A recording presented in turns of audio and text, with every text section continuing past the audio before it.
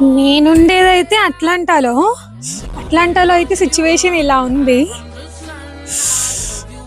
Full freeze అయిపోయింది అంతా. ఈ కార్ మీద చూడండి ఎంత ఐస్ పడిందో.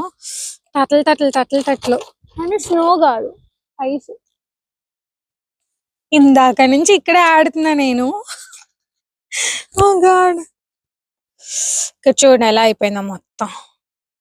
ఈ చెట్లన్నీ ఫ్రీజ్ అయిపోయినాయి ఒక్క దెబ్బకి. రోడ్లంతా కూడా మొత్తం ఐస్. నేనైతే యుఎస్ లో స్నో చూసా గానీ ఇలా వర్షం ఐస్ గా మారడం అయితే ఇప్పుడే చూసిన. పాపం చెట్లన్నీ ఫ్రీజ్ అయిపోయినాయి. వీటి మీద కొంచెం వేడి నీళ్ళు పోస్తే బతుకుతాయేమో. చూడండి పడే each and every water drop కూడా ఫ్రీజ్ అయిపోయింది.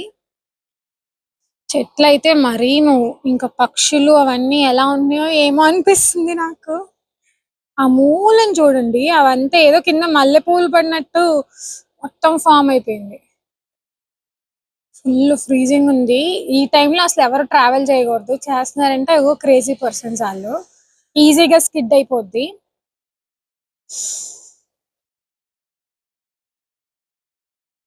ఇంతకీ మీరున్న ఏరియాలో సిచ్యువేషన్ ఎలా ఉందో నాకు కమెంట్ సెక్షన్ లో చెప్పండి. ఇంత ఐస్ ఉంటే మాత్రం కంపల్సరీ ఇలా రాక్ సాల్ట్ చల్లండి, సో స్కిప్ అవ్వకుండా ఉంటది. వామ్మో ఎక్స్పీరియన్స్.